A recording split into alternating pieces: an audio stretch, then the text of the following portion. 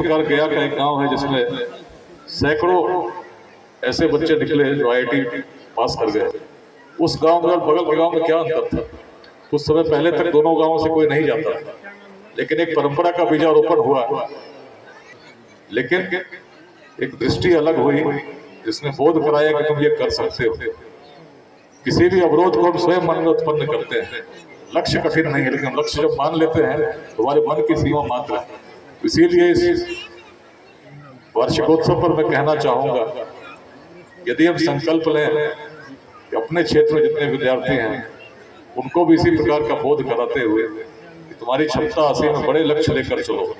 क्योंकि यदि हम छोटे लक्ष्य लेकर चलेंगे तो निश्चित है जो अपेक्षित स्वप्न है श्रेष्ठता का, उससे हम बहुत दूर रह जाएंगे। लेकिन यदि बड़े लक्ष्य लेकर चलते हैं, नैसर्गिक गुणों को समझते हुए चलते हैं, उचित मार्गदर्शन देने का प्रयास शिक्षकों के साथ साथ अभिभावक भी करते हैं, तो निश्चित है कि आने वाले समय में हम सभी गौरवान्वित होंगे कि इस विद्यालय से पढ़कर लोग निकले आज पूरे विश्व में अपनी ख्याति प्रसारित कर रहे हैं। तो मैं सभी को इस अवसर पर हार्दिक शुभकामनाएं देते हुए पुनः कहना चाहूंगा, अपने विद्यार्थियों को सदैव बताएं कि उनकी क्षमता असीम है। उनके नैसर्गिक गुणों को समझने का प्रयास करते हुए उन्हें उचित मार्गदर्शन देने का प्रयास करेंगे। निश्चित है भविष्य उज्जवल होगा। सभी को मकर संक्रांति पर्व की हार्दिक शुभकामनाएं। धन्यवाद। जय हिंद। इसी वेदांत की भूमि पर हमने कहा, ओम पूर्णमदः पूर्णमिदं पूर्णात् पूर्णमुदच्यते पूर्णस्य पूर्णमादाय पूर्णमेवावशिष्यते। जो पूर्ण था पूर्ण ही रहता है, पुनः पूर्ण में विलीन हो जाता है। इस अभियान को लेकर पूरे बिहार में आज हम लोगों को जोड़ने का प्रयास कर रहे हैं। उसका मूल मंत्र यही है कि जो पूर्ण था पूर्ण ही रहता है, पुनः पूर्ण में विलीन हो जाता है।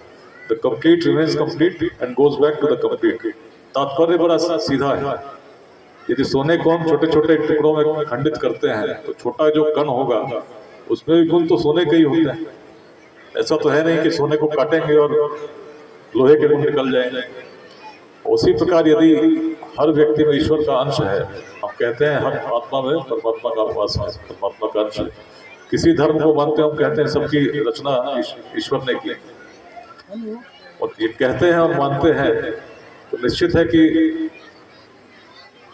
यदि परमात्मा का अंश हम में है तो उस अंश का गुण भी उसमें अवश्य होगा। अब परमेश्वर का गुण क्या है?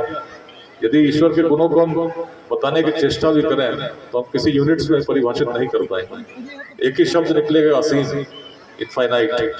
और इनफाइनाइट का यदि कोई अंश भी हो, तो ईश्वर का अंश भी हर व्यक्ति में विद्यमान हो, तो निश्चित है कि हर व्यक्ति की क्षमता, हर व्यक्ति का गुण भी असीम है। और इसीलिए स्वामी विवेकानंद ने कहा था कि जिस व्यक्ति में पूरे सृष्टि को संचालित करने की क्षमता हो, वह यदि किसी लक्ष्य को कठिन कहता है तो निश्चित उसने अपने आंखों पर पट्टियां बांध रखी। लेकिन जब अपने बच्चों को हम देखते हैं तो शायद इस प्रकार की बातें उनसे हम नहीं करते। हम भी अचंभित रहते हैं यदि कोई बड़ी बातें हमारे बच्चे करते हैं। आवश्यकता है उस सपने को उड़ान देने की, उसको बताने के कि तुम क्षमता में कोई कमी नहीं है, लक्ष्य तय करो और पूरी ऊर्जा उसमें लगा दो। और हर व्यक्ति की नैसर्गिक प्रतिभा अलग अलग है। हो सकता है कोई व्यक्ति एक बहुत अच्छा खिलाड़ी बनने के लिए ही उस रूप में आया हो, लेकिन उस पर यदि हम थोपते हैं कि इस प्रकार से करो, इस प्रकार से नहीं करो, पूरी ऊर्जा यदि लगाता है निश्चित सफलता प्राप्त करेगा। लेकिन यही ऊर्जा उसने यदि अपनी नैसर्गिक प्रतिभा में लगाई होती तो हो सकता है विश्व का सबसे सर्वश्रेष्ठ खिलाड़ी बन जाता।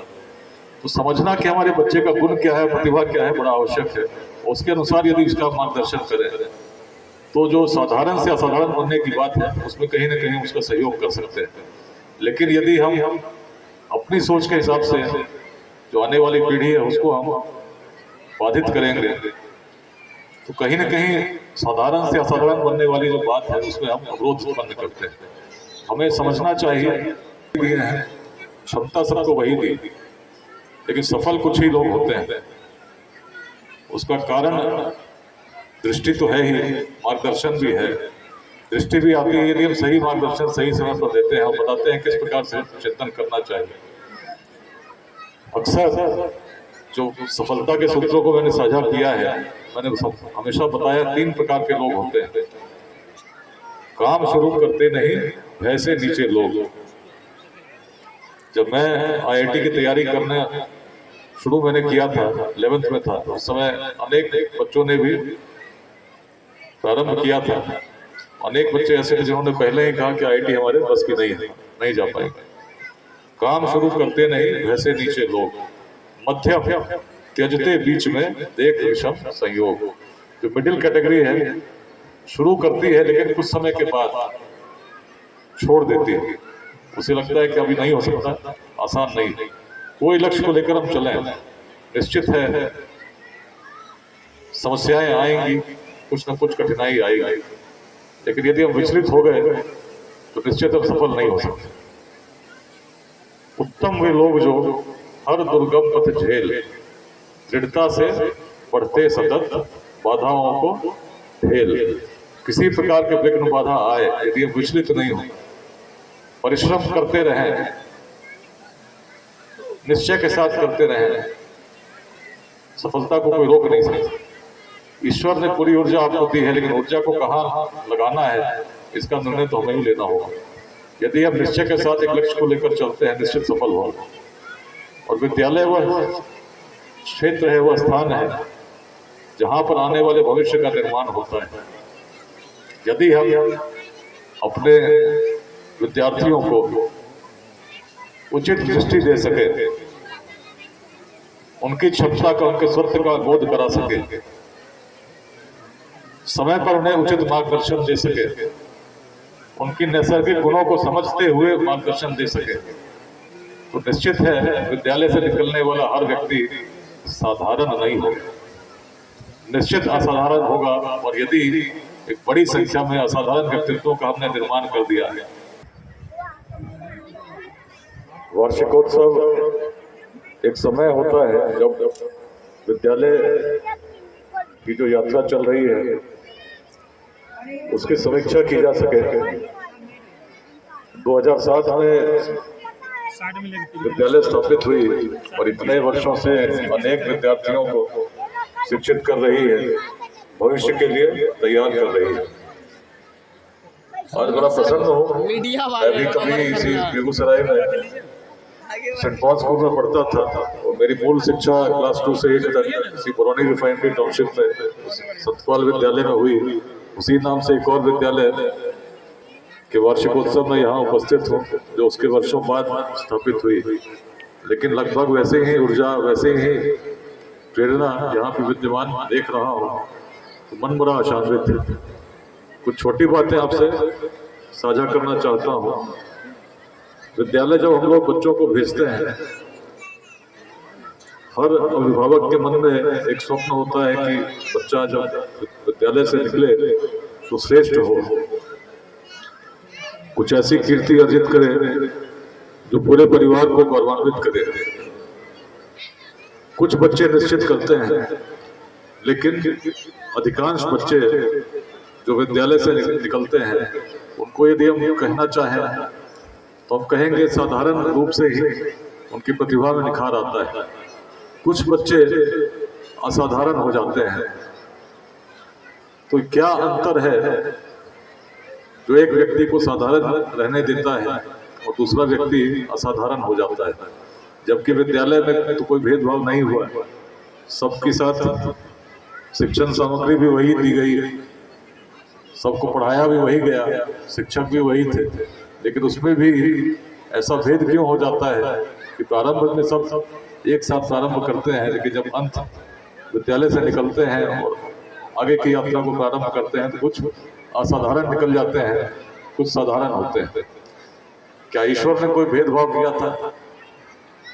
क्या ईश्वर ने किसी को अधिक सक्षम, किसी को कम बनाया, या हमने कुछ ऐसा कर दिया? इसको सोचना होगा।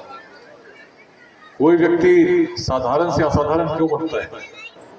उसका एक ही कारण है, उसकी दृष्टि, उसके विचार, उसके प्रयास। और सबसे महत्वपूर्ण, उस दृष्टि को यदि समझना हो तो एक छोटा सा उदाहरण वेदांत से देना चाहता हूँ, जिसमें गुरु ने अपने शिष्य से कहा, कैसे हो सकता है कि जहाँ कुछ न दिखता हो वहाँ सब कुछ विद्यमान है, जहाँ शून्य है वहाँ पूर्ण कैसे हो सकता है? तो गुरु और शिष्य दोनों एक वृक्ष के नीचे बैठे थे। गुरु ने कहा ऊपर देखो और बताओ तुम्हें क्या दिखता है। तो शिष्य ने बड़े ध्यान से देखा, उसने कहा ऊपर हम लोग वृक्ष के नीचे बैठे हैं, ऊपर आसमान है, अनेक प्रकार की पक्षियां इस वृक्ष पर आ रही हैं, एक उस प्रकार का वातावरण है जो स्थिर नहीं है, चंचलता उसमें विद्यमान है। तो गुरु ने कहा वृक्ष पर चढ़ जाओ, तब बताओ अब क्या दिखता है।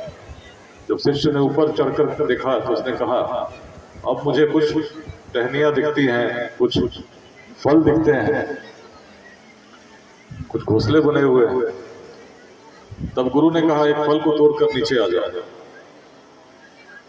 और तब जब शिष्य नीचे आया और गुरु ने कहा इस फल को खंडित करो और तब बताओ अब तुम्हें क्या दिखता है। तो शिष्य ने बड़े ध्यान से उस फल को खंडित किया और जब देखा तो उसने कहा अब यहाँ पर तो केवल कुछ बीज दिखते हैं, फल का गूदा दिखता है, इसके अतिरिक्त तो कुछ नहीं दिखता। तो गुरु ने कहा इस बीज को खंडित करो, उसके अंदर देख के बताओ अब तुम्हें क्या दिखता है। तो शिष्य ने बड़े ध्यान से जब खंडित बीज को देखा तो उसने अंदर जब देखा उसने कहा इस बीज के अंदर तो कुछ नहीं दिखता है, ऐसा कुछ नहीं जिसको हम व्यक्त कर सके जो किसी से अलग हो, कुछ था ही नहीं। तब गुरु ने कहा जिस बीज में तुम्हें कुछ नहीं दिखता है उसी बीज को जब धरती में बोते हो तो पूरा वृक्ष उसमें छुपा हुआ है लेकिन तुम्हें दिखता नहीं है। उसी प्रकार से जब हम कहते हैं फुलनेस ऑफ द वॉइड, जहाँ कुछ नहीं है वहाँ सब कुछ है, कहने का तात्पर्य क्या है। यदि विद्यार्थी को, बालक को हम देखते हैं, छोटे बच्चे को देखते हैं तो हम सोचते हैं तो बच्चा है, कुछ बातें कहता है तो हम सोचते हैं कि इसकी बातें में बचपना है, काल्पनिक है, ऐसा जो बोल रहा है शायद कर नहीं सकता, क्योंकि उसमें अपनी दृष्टि लगा देते हैं।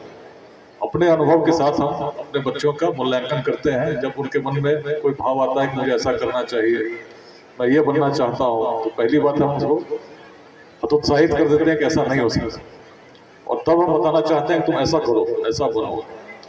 लेकिन यदि इस रूप में देखें कि जहाँ कुछ नहीं दिखता है वहाँ सब कुछ विद्यमान हो सकता है, तो उस विद्यार्थी की जो प्रतिभा है उसको हम समझ नहीं पाते।